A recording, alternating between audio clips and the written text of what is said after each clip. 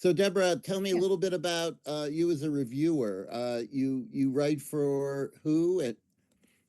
So I'm a longtime journalist and writer, but have never really written a book review. Oh, I serve on a uh, like a lower tier of a book prize where I'm like one of the readers, like one of the base readers. Um, and I've just been thinking more about it because when I have to reply of whether or not I recommend or don't recommend for the prize, it's made me think that there are some books I would love to review. well, we could use all the good reviewers we can get in book reviewing. So I applaud there's so many other people writing in the other direction. The fact that you're running towards becoming a book reviewer is incredibly heartening. So that's really good. Oh, good. And I will also say that I've served on book review juries. I was on the Yeah. National Book Critics Circle back in the 90s. Mm-hmm. And I can tell you that, yeah, to me, one of the things that's, and this is sort of between us, who else Sure. is listening, one of the things that shocked me was the ability that when someone was arguing for a book, I want this book to win, and then you Yeah. ask them, well, why do you think the book is so good? Why do you think book A was better Yeah. than book B? And they were sort of paralyzed. I Hmm. mean, some of these were critics, and Huh. they could not articulate why they chose Yeah. one book over the other. Even in such a relaxed, I mean, it's an informal setting. It's not like Yeah. you're writing a review, you're writing a set review for a Yeah. publication. Mm-hmm. So that was sort of, that was alarming and a Mm-hmm. wake-up call that Yeah. there's so much more needs to be done to talk to critics Yeah. about, well, how do they go about doing their job? How do they go about Yeah. answering the question about how can you back up Mm-hmm. your verdict? Yeah. What is it that made you think this book was valuable or another book was not valuable? And Right. it's a hard thing to do. In fact, I think it's one of Mm-hmm. the hardest things you can do as a critic is to really clearly convey to the reader what it is that, why you think a book is Yeah. valuable and not. And that's Yeah. why so many other critics, to go to our today's topic, are get stuck in Sure. cliches. Yeah. They're not really thinking, or Mm-hmm. they're not thinking clearly enough to articulate their reasoning. And so they reach for cliches, they reach for adjectives, they Yeah. reach for marketing language Yeah. rather than, well, gee, what is it, rather than risk in a way, because there's something Yeah. risky and vulnerable about it, Yeah. for you to say, oh, this is why I think this is good and this is Right. bad. And someone will say, well, I don't think that's so good. What's so good about that? Or I Right. can't accept that. Right. That's the beginning of dialogue. But Right. that's really the kind of the valuable dialogue you have to have as a book critic. So I'm sorry, I just see CMACO there. I just need a name. And can you say who you review for? Oh, I review for Open Letters, and I was in your previous workshop. My Yes, name's you look Chris. familiar. Yes. Yeah, Chris. So I didn't scare you off. You came back for another. You came That's back for right. another talking to. Yeah. That's great. Well, I should say I've been a review editor, and I picked up reviewing about 2.5 years ago. So you're sort of a vet, or somewhat of a vet-ish. Something like that. So well, I was just talking to Deborah. You probably heard part of that discussion, Chris, that about Yes. The need, and I'll do it. You're going to hear what I'm about to say will sound familiar, actually, but bear with me. I will once again define what a book review is for me. What is reviewing? What is book criticism? I think I said that in the last session. In fact, I begin with, it's sort of boilerplate. I begin each session this way. And that is that book reviewing is a judgment. It is not an opinion. Everyone has opinions, and someone can say, what is your opinion of X, Y, and Z? Why did you like a certain movie, or why did you like a certain book? And said, I liked it. It was good. I liked it. It did something for me. Reviews or criticism is a judgment, which means it must be backed up with evidence and analysis. It is an articulation, the best that you can make it, to explain to someone else, a reader, let's say, in the case of a book review, why you found something valuable or not valuable in the book under review. I will say, I don't know if I said this before, but my feeling is, in a sense, that book criticism, is an articulation of taste. Everyone has a taste. I have, some people like red rather than blue.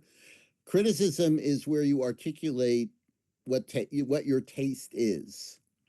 In that way, you make other people aware of it, self-conscious, conscious of it, and you can then begin a dialogue about the validity or the of your taste versus the validity of the other person's taste. So criticism is made up of reasoning and analysis, and it's an articulation, thus it must be clear and straightforward. I like lucid is best. So when you start with that definition, then it seems to me in the beginning you can see how my attack on cliches, where that's coming from. If it's an articulation of how or why, why you liked a certain book, then that's going to be registered in your voice, right? Your thoughts. It's going to be why you thought a book was valuable or why it wasn't valuable. It's going to have evidence and analysis. So there's no reason for, or that should definitely place in a very subservient place, the idea of adjectives, marketing, and tired language. Because you are a unique, distinctive person. You're going to have hopefully a distinctive take on a book. The review should reflect that distinctive take on a book, which means that you're going to fight against the idea of cliches and of marketing language. Now, what I'm telling you may be somewhat subversive because a lot of editors who should be telling you not to use cliches and marketing language, you're going to have to fight them. Sometimes they're going to want you to give them or have a quote or something in the review which will be recognizably, this sells the book, right? This is a book that's going to help. This is a quote or language that's going to market the book. And you have to do your best to resist that. Or give the editor what they want for a sentence or two and then let it go, right? Don't continually have to use that kind of cliched language over and over again. I mean, I gave you in the email, I asked AI to give me, a review filled with cliches. Did you happen to take a look at that or not? AI made up a book called The Weight of Light. Did you happen to see that or not? So I thought that it did a pretty good job of capturing in a capsule form a lot of the really tired adjectives and language that you find in a book review. So another way in which one can fight against cliches is to be aware of them, right? So you can stay away from them and not use them. So it's always good to have in mind the sort of compendium of phrases. Here it's a luminous, deeply moving novel that arrives at precisely the moment we need it. Eleanor Vance, a quietly haunted woman carrying the weight of a buried past, embarks on a soul-searching journey that is at once intimate and universal, a breathtaking exploration of love, loss, and the fragile boundaries between memory and truth. That's really, AI did a pretty good job there. I mean, that's pretty well got everything, right? Something that can't be missed is that aspect of salesmanship, like run, don't walk to the bookstore to buy this thing. And also the idea of that sort of sort of medicinal quality you get sometimes in cliche prose. Not only it's a book you can't miss because it's a breathtaking exploration of love, loss, and the fragile boundaries between memory and truth. Well, boy, do I want to get a hold of that. So I gave you that just to say that's a compendium. You can do that yourself on AI. And so that will give you all the tired cliches, a lot of the tired phrases that you don't want to use. You don't want to use them or only use them very, very infrequently. I mean, are you already doing that when you're looking at your reviews? I mean, when you're editing your reviews, are you looking, well, Deborah really is a fledgling reviewer. So Chris, you're the vet here. But I mean, do you look over for cliches? What do you do when, you're doing your revision? I try to be always, as I write, asking myself those things. How tired is this phrase? And thinking about it as I go. And then, of course, I reread it many times over, depending on the length of the review. But I'm also used to administering that criticism as I read a lot of fiction, literary fiction, as well as genre fiction. And I see a lot of tired phrases in genre fiction. And I catch it and I think, oh, how would I rephrase that?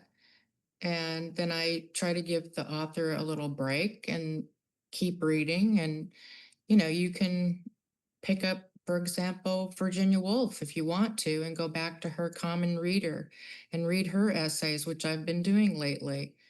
And, even a century ago, some of the phrases that were used are now cliche, weren't cliche then. And I just look at how she uses similes and analogies, and then I try to learn from her, someone like her. You could take my spot in this workshop. You've No. made two really good points. One thing you can do is when you're revising your work, and of course reviews are, I'm a real believer in rewriting. Writing is rewriting, and so you should be rewriting your reviews constantly to look for those tired phrases and think of strategies and ways in which you can rewrite those phrases. How can I refreshen them? First, you have to ID them. Then you have to remove them, and then you have to either rephrase them or think of another strategy to make the same point without using that tired phrase.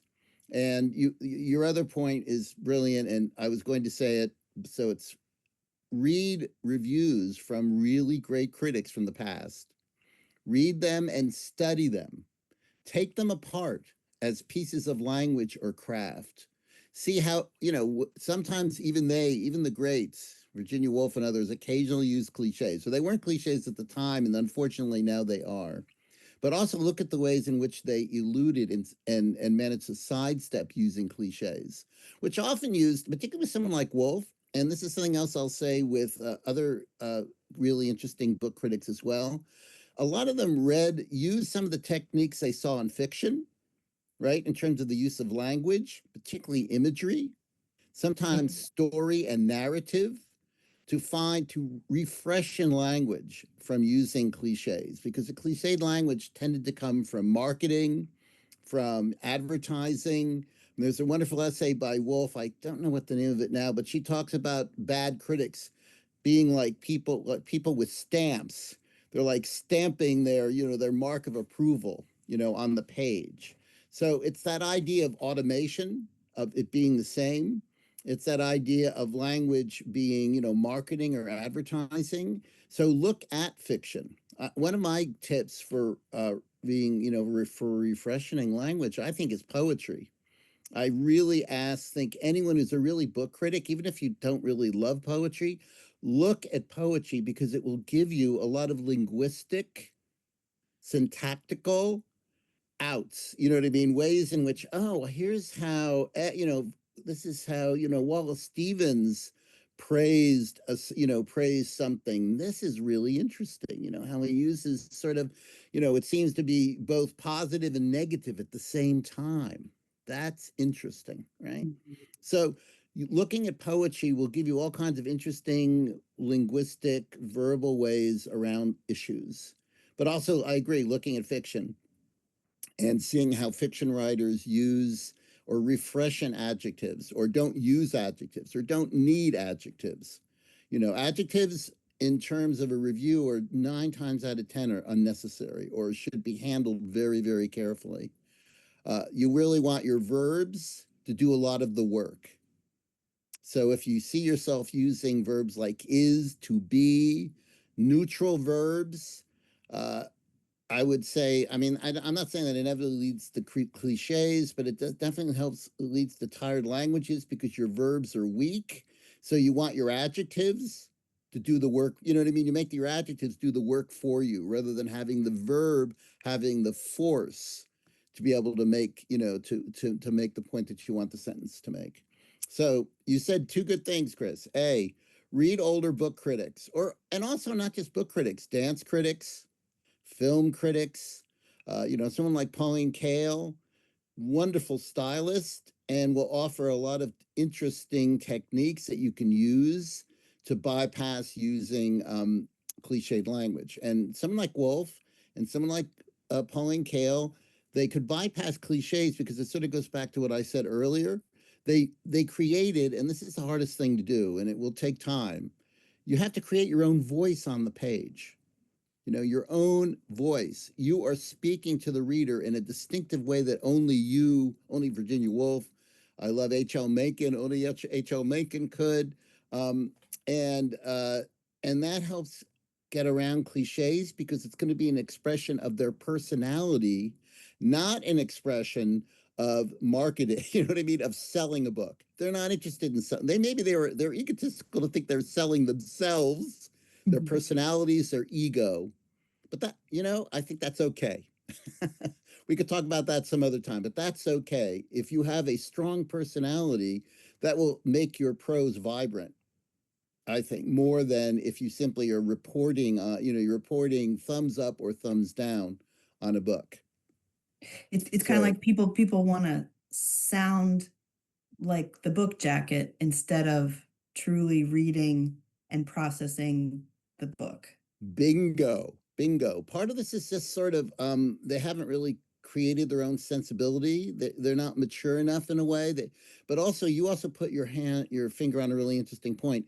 They want to be part of the pack. Yeah. They want to sound like everyone else, right? They want to sound, I want to sound like a book jacket. I want to sound like the advertising because they're the successful critics. They're the ones I read. They're the ones that are getting quoted on books, and that must make them good critics. And what I'm telling you is that that doesn't make them good critics. Yeah. It makes them, you know, I mentioned Wolf before, automated critics. They sound like everyone else. And Chris mentioned Virginia Woolf. I'll mention H.L. Mencken. If you want to send me an email, I'll send you a reading list of a bunch of really interesting book critics or other critics. These critics, like Susan Sontag, for example, another really great one, they sounded like no one but themselves. Now that's a real tall order, a real tall order to be able to create on the page. You know, Joan Didion's another great example. I mean, identifiable voice. But that really, that's something to work towards because you don't want to sound like a book jacket. To me, as a book critic, if you write something that could have been put on a book jacket or quoted by a publicist, you are not being a critic. I mean, I think when I'm writing a review, one of my primal directives is that I try not to write something that will sound like someone could lift it and throw it on a book jacket. I really try, you know, I mean, sometimes you know, due to deadlines and various things, you can't help but do it. But generally, the fight is to create a distinctive voice that does not sound like marketing and book in a book jacket. That I agree also suggests that you've read other book reviewers, you know what I mean? That you have a sense of the history and the past of book reviewing. Because I think that will really help that will help fight against cliches. And also, I mean, Chris mentioned it, and I'll mention it too, is that it's sort of a skill. I was going to let's see if I did send a review for you guys to look at, right, from the New York Times, an actual review filled with cliches, right? It's called "A Guardian and a Thief." So I gave you an assignment. I don't know if anyone did it, and if not, fine. But can you find a cliche in this review that you think you could rewrite and refreshen? Because refreshen it up, because that's part of what you need to do as you're working on your draft. You write, sometimes you'll be weak and you'll write a cliche. Sometimes I'll write a cliche and I'll make it like a placeholder. Don't quite know what to say there. Right now I'm going to say it's electrifying, but I know that's not going to be the final word that I pick.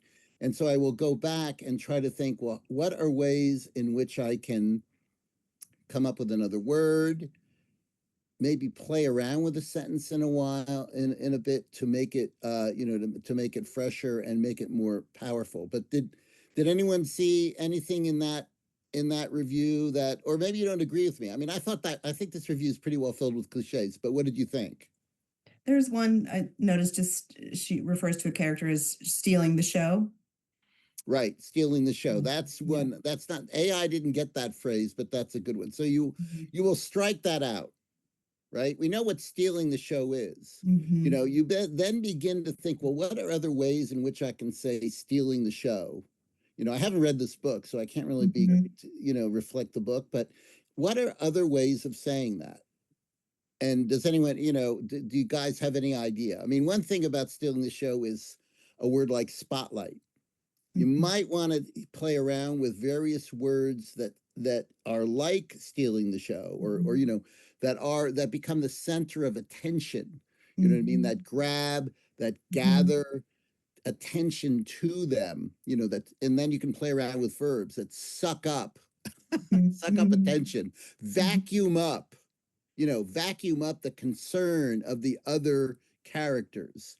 So as you can see, again, verbs can become really interesting. Stealing the show is tired, but if you give it Mhm. another interesting verb, that might give it a bit of a spin, right? That will refreshen it. Yeah, and maybe would give more precision to what she's trying to say. I think.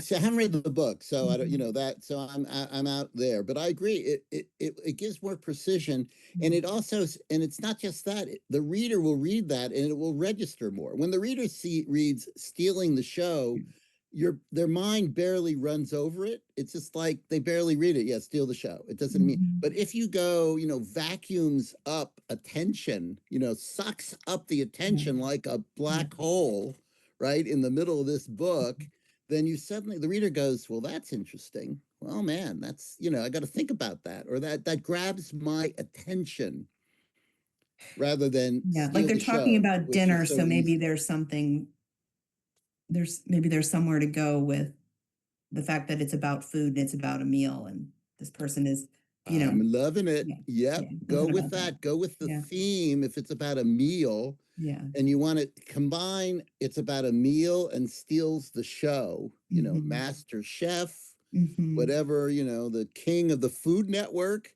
I don't Mhm. know, if you want to go, if you want to play, or, no matter how playful you want to be, whatever. Yeah, Mhm. that's what you do. Sometimes you can put in steal the show. And I have done that, meaning in a draft, I'll say steal the Yeah. show or something like it, steal the bacon, whatever. And then I'll go, okay, that can't stand. It's not going to stay there. Yeah. How can I redo that? And also, if you've revised other parts of the review, that also may give you ideas for what you, let's say, because I like what you've said. Maybe it's because it's so food centered. Maybe you've used a lot of food images, or you've played Mhm. around with some food images early on, and you can then develop without Yeah. overtaxing the reader. Let's don't Yeah. overkill, but maybe this is good for another sort of food Yeah. image here, And you can do rather it in than stealing the a show. charming way that isn't like too much. I'm trying to overdo the food references. Right. Yeah. Well, that's another thing, but that's another tech strategy reviews. You want to play around with central images, but you don't want to go overboard. You know what I mean? Some Yeah. critics, they will use the same, it's a food book. And Mhm. so every other pun will be about food. You'll eat this up, this will, there's a full plate on this plot. This plot gives you a full plate. Yeah. I mean, if you do that over and over, then it's amusing in the beginning, and then by the end, it's like enough. You know what I mean? Mhm. It's like you're on automatic. So to be used sparingly. Is there any other thing in this review? Any other place that you think you might want to rewrite or Well, rejigger? she ended a sentence with hits home, which is a cliche, but it's also a very weak way to end a sentence. Hits home. So I would definitely rewrite that. I can't remember the context of that sentence I'm though. trying to remember that one, and there are just so many in this one. This is just give you an idea of what kind of world we're in, by the way. This is the New York Times, Right. right? It's a book review there, I believe, in the book reviews, section, and the magazine, and this is just almost a compendium for me of a number of of cliches. And the editor didn't say, hey, like what you said, do we really need hits home? Can't we come up with something a little fresher? I'm looking at the last sentence, and it also makes this novel, wrenching though it often is, a true joy to read. That just doesn't say, you know what I mean? It Yeah. doesn't say, it doesn't Yeah. say anything. And if you, by the time, if the reader doesn't know that there are joyful elements in this book by the last sentence, you know, Mhm. you failed. So that fails on so many different levels. But again, you're going to have to do the work, because a lot of the editors, I mean, here's the New York Times, the editors accepted this, Mhm. right? And this is pretty lazy. Well, I don't know that editors are doing as much work as they used to. That's my impression. They won't ask for something that requires a little more time. They want to get it into the edition. Good But also, editors will do it. I mean, yeah, I do it, but and good editors will do it. how many of them are out there? I don't That's know. Chris. We're on our own. We're on our own here. You know what I mean? Yeah. We are flying on our. You're going to see that you're in a book review. I mean, one reason why book reviews are in such trouble, I'm arguing, you can argue with me, of course, is that they become boring and standardized because editors are not, editors are not demanding of critics that they write interesting, provocative reviews with language which Yeah. is compelling and funny or stylistically engaging. So yeah, I mean, why are book reviews not being read? They're not being read because, well, why would you, aside from the publisher and the author, and the fact that this is in the New York Times, why would anyone want to read this? It's not sufficiently interesting as, you know what I mean, as a piece of writing. Do you think it's like a bit of a cultural or generational thing where editors might look at a book review and be like, well, that's her opinion, and I'm not going to ask her to edit her opinion. I mean, it's what she said. So, I don't think the editors in any way should ask you. If you're working, if this editor at the Times, I can't believe the editor at the Times said anything about the opinion. In other words, her judgment. I'm going to say judgment rather than opinion. Opinion Yeah, sort of drives me a little true. nuts, as I think I already Yeah. said why, right? Her judgment, right? The editor in no way should change the judgment. Right. This critic can feel exactly, this critic could think that this is a joy to read. This is a great, this is a wonderful book with wrenching interludes, but it's a wonderful book. Mhm. As a editor, most editors would say, fine, right? There's your judgment is your judgment. I want you to articulate how you came to that judgment. Mhm. Why is this novel so joyful? The cliche doesn't do any work, but for some people, apparently, it does the work of like flap copy. But that's not doing the work of being a critic, Mhm. right? Which is you. I want to know why. If you read this review, it's hard to tell why it's such a joy to read. Mhm. What was So so joyful it's about like it? missing the reporting of what it led her to feel this way. I would say it's missing the articulating the reasoning or Mhm. the analysis of why this book was so joyful for her. Mhm. So she could say, I'm having a great time reading this book. This book is giving me joy. And the next step as a critic is that I'm not just going to say this book is a joyful read. I have to convince the reader, because my feeling about reviewing is that it's a piece of rhetoric, right? I want to persuade you, the reader, of the sense of how my judgment is sensible and reasonable, Mhm. Mhm. right? Not that I want to sell the book. That will Yeah. come. You know what I mean? If you convince someone that the book is a joy to read Yeah. on its own, right, through evidence and analysis, you don't have to tell them it's a joy to read. They know. They've Mhm. read your review. They'll go out and go to the library. They'll go to the books and they'll go to a bookstore to read it. God forbid they go to Amazon and order it, but they'll get the book. All right. Don't worry about saying it's a joy to read. That's a cliche. Yeah. Yeah, no, I feel like a light bulb just went on of what you were saying, because it's the idea of, if your analysis is convincing enough and your examples are compelling enough, they will start to think, I should listen to this person, or at least consider that maybe I would like the same things they like or dislike the same things they dislike. You are you've hit the nail. I'm going to use a cliche now. You've hit the nail on it on the head. Yes. Where does your authority as a critic come from? This is a lazy review, and it uses cliches, I would say, is another part of my argument, because this critic is writing for the New York Times. So the New York Times confers the authority on the voice of the critic. I write for the Times, so this must be a review, and I have authority. People will take me seriously. What's good about what's happening online today is that with Substack and with so many other blogs and so many people reviewing, we're and the sort of, and as the New York Times and other mainstream review outlets begin to be, attenuate and cut critics and cut space, then authority will come from you, from exactly what you've said.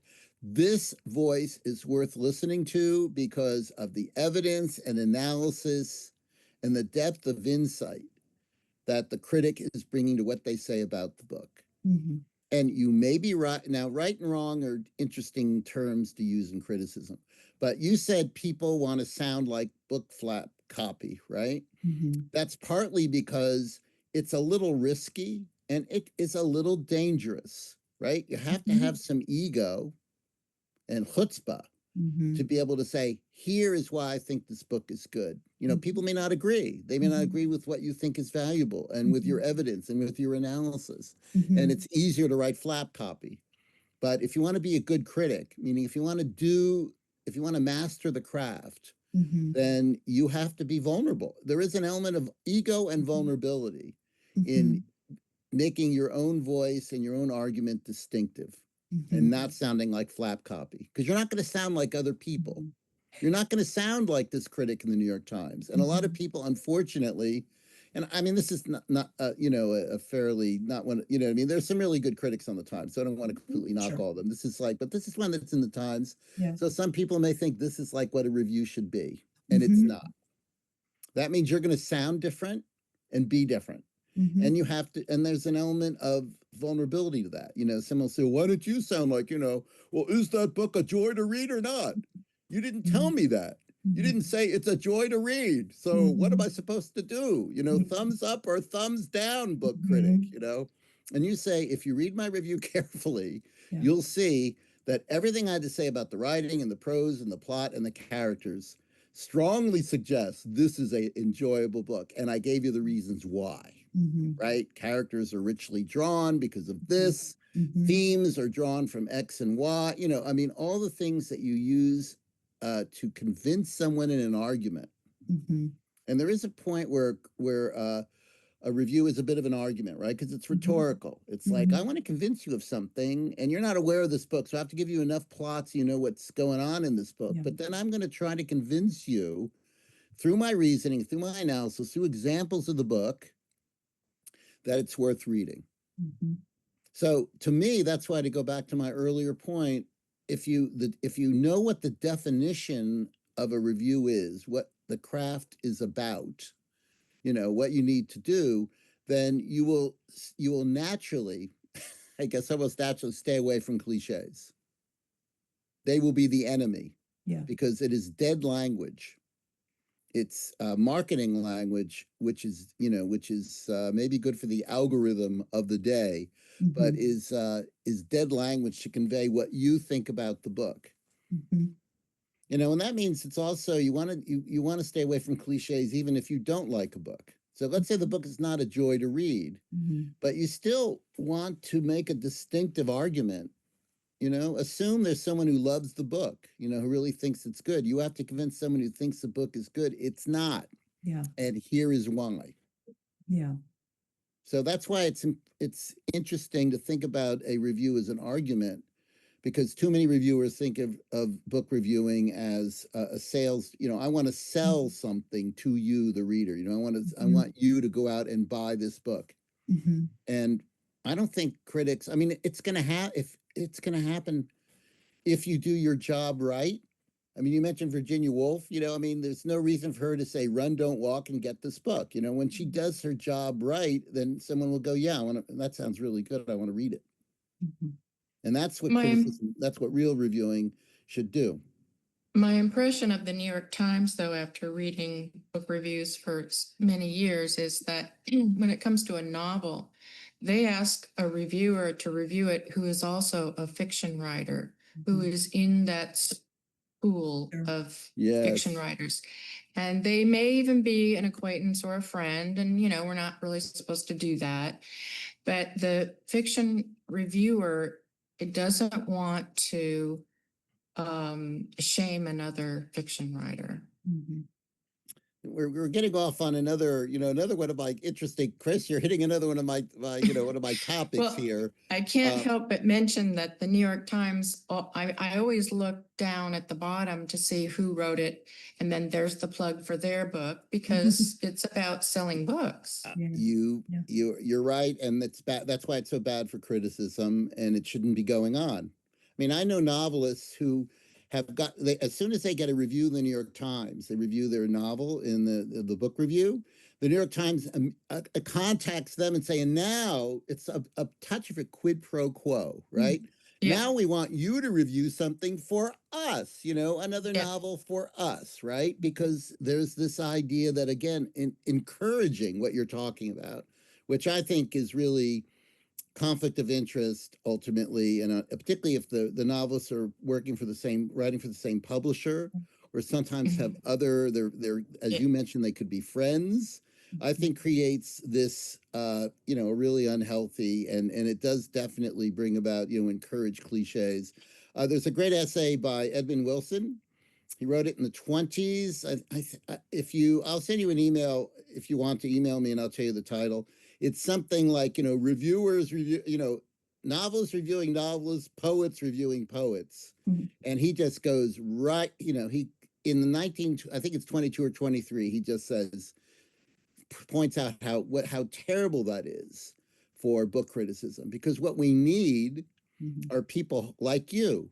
We need people who are not primarily novelists or poets or nonfiction, sort of nonfiction book writers, but want to master the craft of writing book reviews, or at least see the craft, you know what I mean, as something that's independent, and that you want to master it, not as Chris mentioned, where you are saying something nice about one novelist, assuming that later on another novelist later in the Times will say something nice about you, because it undercuts, it undercuts the quality of the reviewing, I would argue, as much as it undercuts the, their ethical considerations.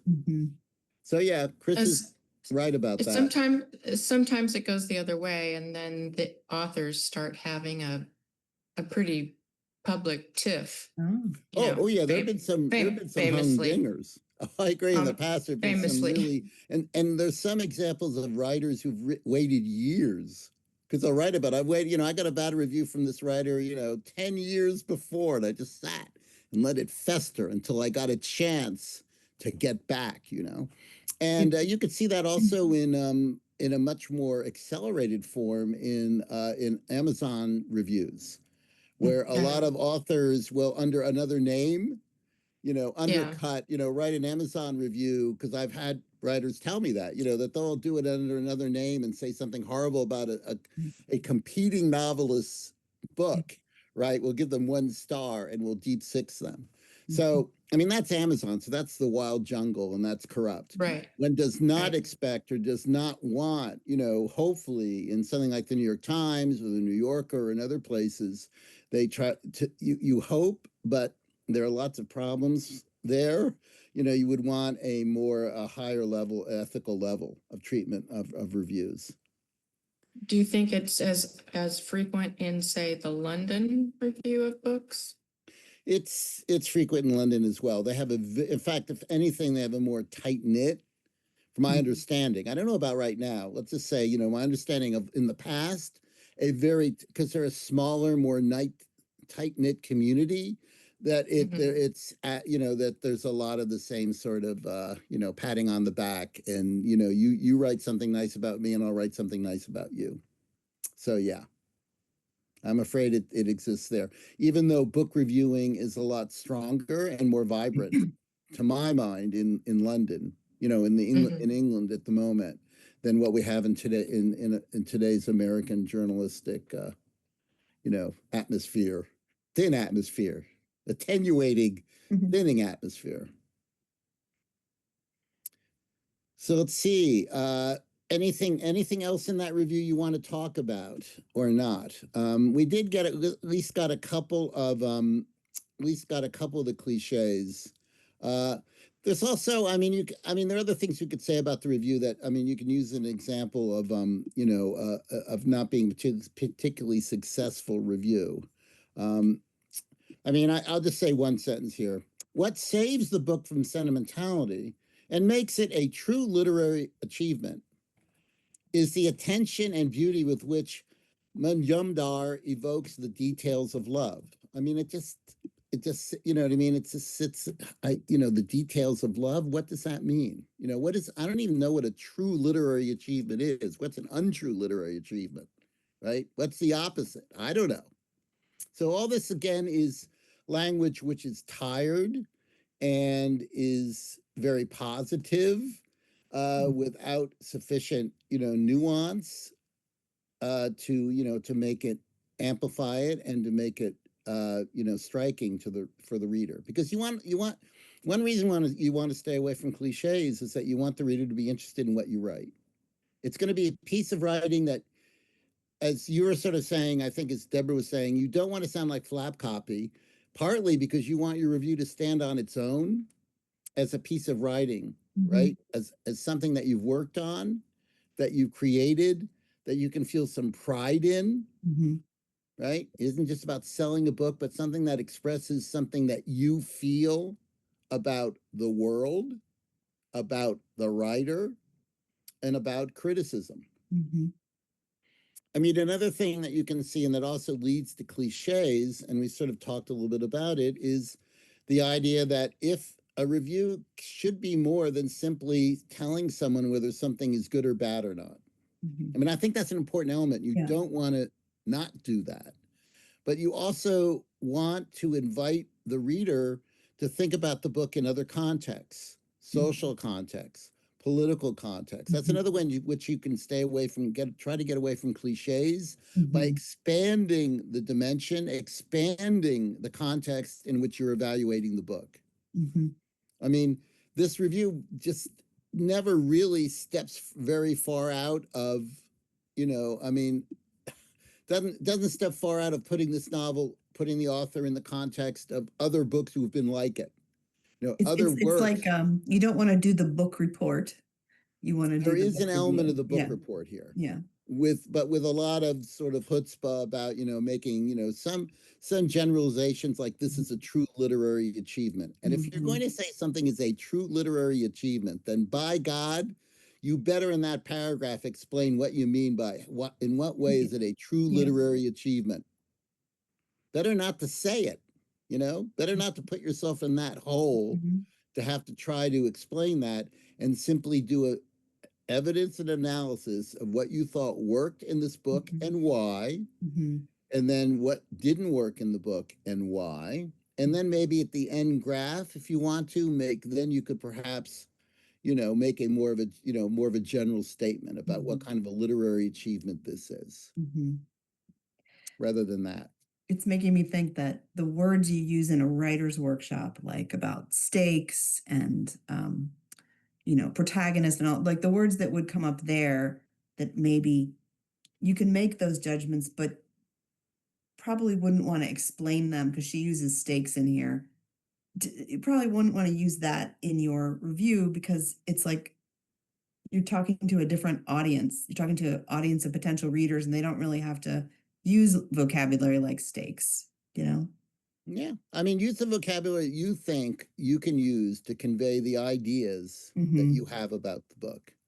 But the word stakes is interesting only because, one of my favorite sayings comes from a theater critic, Kenneth Tynan, who said, never write a review unless you give the impression to the reader that something is at stake. Right? This is meaningful. This is meaningful. This is not just a consumer report.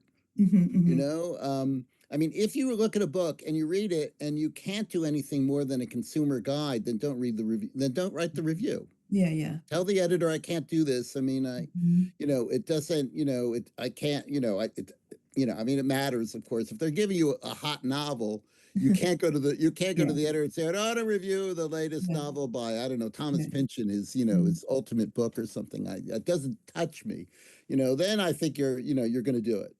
But mhm. generally, I mean, you could say this book just it doesn't either positively or negatively, it doesn't grab me. I Yeah. mean, when I assign things at the Arts Views, the magazine that I edit, I Mhm, mean, I don't really assign books in a way. I don't, I mean, I see my metaphor for it is sending bait into a pool with fish. I mhm, send out some bait and I see if there's someone who says, oh, I want to review that because they're mhm. interested in the topic or they're Yeah. interested in the author or whatever. And that doesn't mean it's necessarily going to be positive. It simply Mhm, means that it provokes something in them. So something hopefully will be at stake in the review mhm, rather than a consumer guide report. Oh, I got this book, I read it, it's okay, thumbs mhm, up, it's a mhm, joy to read, next book, mhm, right? mhm, Um, so yeah, so try to do books if you can, particularly early on. Deborah's starting out. Chris is a vet here, somewhat of a vet here. So, but for Deborah, you early on, you want to take on books that means, you know what I mean? That, mhm, you either make you angry mhm, or that make you enthused, that mhm, touch something in you emotionally. Because I mhm, know I come off as sounding a little over intellectualized, but ultimately what's driving this is emotion, right? You're reading I mean, there's nothing wrong to say that the book doesn't give you joy, but mhm, it's just that phrasing has now become tired. So you're going to have mhm, to find a different way to mhm. convey how a book touched you emotionally, Yeah. right? And for me, the way to do it is to present evidence and analysis. And another way I would say it is try to think about different techniques of reviewing. Mhm, In other words, play around with, I could see a review in dialogue, mhm, right? A review between you and a character, mhm, right? Critic speaks to character. mhm, I think of Kenneth Tynan, because we're just talking, I was just mentioning Tynan wrote a brilliant but unfair review of Endgame by Beckett. mhm, He simply took some of the characters from the play and made them sound sort of ridiculous, as you could in Endgame and Beckett's Endgame, mhm, made them sound really, putting them in the trash cans and so forth, and making them sound ridiculous. But that was a really interesting, mhm, strategy, mhm, right, to deal with that play. mhm. So think about, maybe I can mix this up and I can escape cliches Yeah. by playing around. If you have an editor who's going to be patient enough, an editor who will let you play around with, Yeah. strategically playing around with it, right? Look at dance reviews. Dance reviews are interesting because dance reviews are all description. They do evaluation through description because ultimately, the plot of dances are often very, I don't want to say simple is the wrong word, but very minimal. So you're Right. looking at motion, you're Mhm, listening to music, mhm, you're trying to convey the experience of watching people move through time and mhm, space in ways that mhm, are meant to move you or make you think. mhm, Well, I mean, it's interesting to try to apply that to a book review.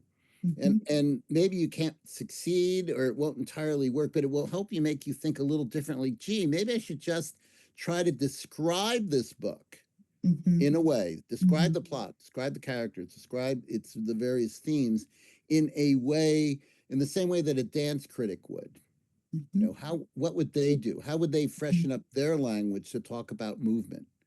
Just trying to, one way out of writing with cliches is to look at different forms and have it and experiment. And maybe you just do it at home. I used to do it myself and just do an experiment, give yourself a few hours and just write mhm, a review in an odd way mhm. and see if it works. If it doesn't work, go back to the tried and true. You got to get paid. Yeah. So you'll go back. But you never know what you might learn when you Yeah. step out of bounds Mhm, and do something a little bit different. mhm. All right. Well, I see it's been about 50 minutes. We started about, I mean, does anyone have any questions or comments? Was Well, this helpful in some since I way or have is there? been, yeah, very helpful. Since you're both here, I will ask a question.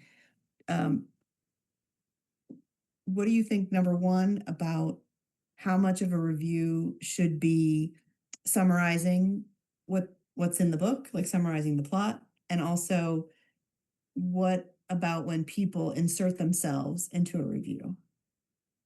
Let's see. Do you want to go first, Chris, or? I tend to use not use the first person when referring to myself. It's something I think I learned almost in grammar school, and but I think it's very it just depends on the writer. Some people can pull I it don't off. Yeah. I don't do it, but I for the same reason when I write fiction, I don't write in the first person. I have a problem with it. I mean, Yeah. about that issue, I'll say it really sort of depends, right? You know, I tend to agree with Chris to stay away from I for a number of different reasons. First off, it's your byline. They knew who you are, right? You're not hiding. So it's that when you say, I found this book to be a joy. Well, who else? Who else wrote this thing, right? So who needs the I? So it's superfluous.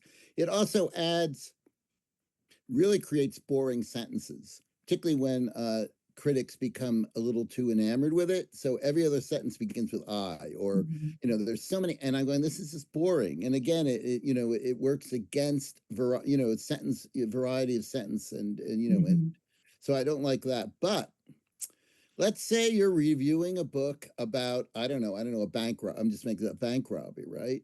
And you happened early in your life to be witness to a bank robbery, let us say, right? Well, that might be an interesting hook. Like years ago, I was in a bank robbery. I was a witness in the bank to a bank robbery in Kansas City, whatever, blah, blah. Yeah. And this book brought back to me in some ways, I don't know, the panic, the nervousness, the sense of, you know what I mean, of threat. So in that way, if you can use it within if your own experience really lends itself to opening up a way into a book, because a reader will, I mean, we're a very memoir crazed society, right? So, hey, this is an interesting review. This person's writing a review from the point of view of someone who also was part of a robbery. Wow, they know what they're talking about. Let's keep reading. So you can use that. But don't overuse it. You can't. Every review can't be, I think this, I think that. But if a book happens to strike something that really touched you personally, right? And you can make it political. As a woman, you've had this experience, and this book opened this up. Well, I'm interested in hearing it from that particular point of view. So I think you'd use I there. I just wouldn't overdo it. I've seen some work and some not work, and some where I felt like, why are we digressing here? Yeah. Yeah. No. But Bill, don't forget the other part of Deborah's question, which was how much of the plot. Oh, I will get to that. Chris mentioned the I will be getting to the plot. And now, Chris, answer the plot question from your perspective, and I will either add or agree entirely. Are we talking about spoilers? I don't think we're talking about spoilers. No, more because like, we don't want spoilers. I mean, like- spoilers are generally, unless you're writing about Don Quixote, we know what happens. Right. Generally in new fiction, new books, you don't want to give away spoilers. Right. But that can be hard because you really want to get into the weeds a little bit. So repeat your question about the plot. So how much of the plot is kind of like, there's probably like a minimum and then a maximum, and then you're getting into spoilers and like, why should they bother reading it? Because you've already sort of spilled all the interesting bits. For me, it's about my word count that has been given to me. Sorry. No, it's good. There's a pragmatic aspect. How many words do you have? And that's going to guide the proportion of how you write about various aspects. And I make every word count with all the things that they teach us in fiction workshop. Use strong verbs, stay away from adverbs, all those things I try to do. And I try to give the reader a sense of really what to expect. If it's a dark Gothic atmosphere, I'll say this is dark, but that doesn't mean it's all that serious because it very often is cliche too. I mean, there's nothing like historical fiction, which I tend to read, and sometimes I roll my eyeballs while I'm reading it, because Mhm. some writers they just keep going with the cliches. And I will try to only review a book author that I know I sort of respect, and I sort of refuse to not review the ones I don't respect. So I'm kind of But in picky. terms of the amount of plot, that's what Deborah's asking. I mean, Well, let's say you have a 1,000-word review. How much plot do you think is appropriate? I'll talk more about character, setting, the time. If it's in the early 19th century, that has everything to do with history. Mhm. And if the French Revolution was just done and over with, you can't give a history lesson on the French Revolution, but you tell the reader, this is what it's about. And Like some coordinates, sort of. yeah, and I don't really talk about plot that much, but I've yet to write a really long review of a serious novel. I Mhm. did review the Thomas Pynchon novel that he just came out with, which was, I'd never read him before. I knew something of what to expect. So I sort of, I could send you the link for it Yeah. if you wanted to read Mhm. how I wrote about his crazy plot. And it's crazy. It's like getting on a roller coaster, swear to God. But I had to give the reader the impression of what to expect. Mhm.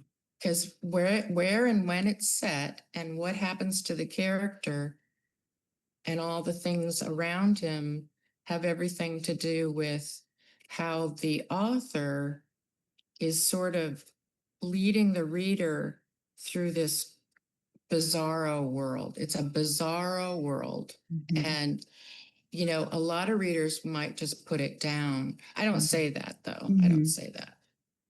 I could send you the link. Yeah, that would be good. We can send the Okay. link. I basically agree with Chris. I just simply think that the best thing to do, try to keep plot to a minimum. And I'll just follow what you said, Deborah. You don't want a book report. Mhm. And a book report, at least in my day, was like 3/4 of it was plot, right? And then with a little evaluation at the end. That's not what you want. You want more evidence and analysis, sort of like Chris saying, go into talking about setting and character, and try to keep plot to a minimum, right? To me, because if you the plot is a sort of, people can get that on the flap of the book. It's easy enough just to get, this is what happens, or at least Mhm. enough before the. So you should try to keep that to a minute. Keep that to a minimum, Mhm. and try to I like getting it over with early. In other words, here's sort of get the idea. Now this is what we're Yeah. this is the plot, Yeah. basic plot. And then you can, because then the reader at least has some coordinates. Okay, this is a roller coaster plot of XYZ. Mhm. And then you can go and start doing more interesting things. For me, the plot is one of the least interesting things to write about in a review. It's the most sort of automatic and rote. But you have to do And it. Yeah, go ahead. some plots are very convoluted, and you can't really, Yeah. once you start, you're stuck. You Mhm. can't really give the whole plot. Well, you don't want to do that. I mean, I like to just No. say it's a roller coaster. It's a fun ride through So X, Y, and Z. It's like characterize it, but don't feel like you you have could, to go point give to enough point. to the Yeah. reader Yeah. knows it's set in the 19th Yeah. century, blah, blah, blah, blah. And the rest of it is a funhouse mirror of X, Y, and Z. Mhm. And then you can start playing around, with evidence and analysis of the funhouse mirror.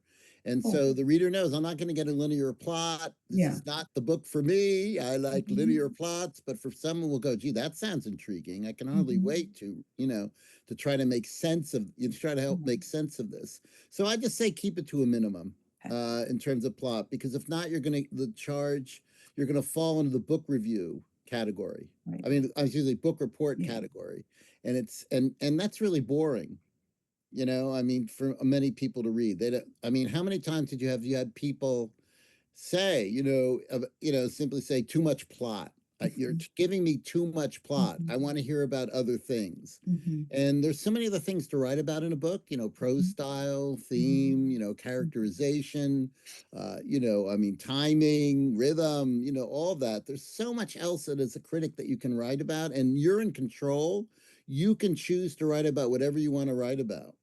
You know, what do you want to focus on? I like what Chris said. Just focus, start looking at characters. Just start dealing with that. Don't worry about, you know, just give them enough plot so they can follow it. Thank you for that. Oh, you're welcome. All right. Well, I am going to end this workshop on these really good questions. And this was I really enjoyed this one. And I hope that I helped in some way Oh, yes. to forewarn you against the dastardly practice of using cliches. You may be flying solo, but at least now you know what not to do. Awesome. Thanks Great. again. Bye-bye. Thanks so Bye. much.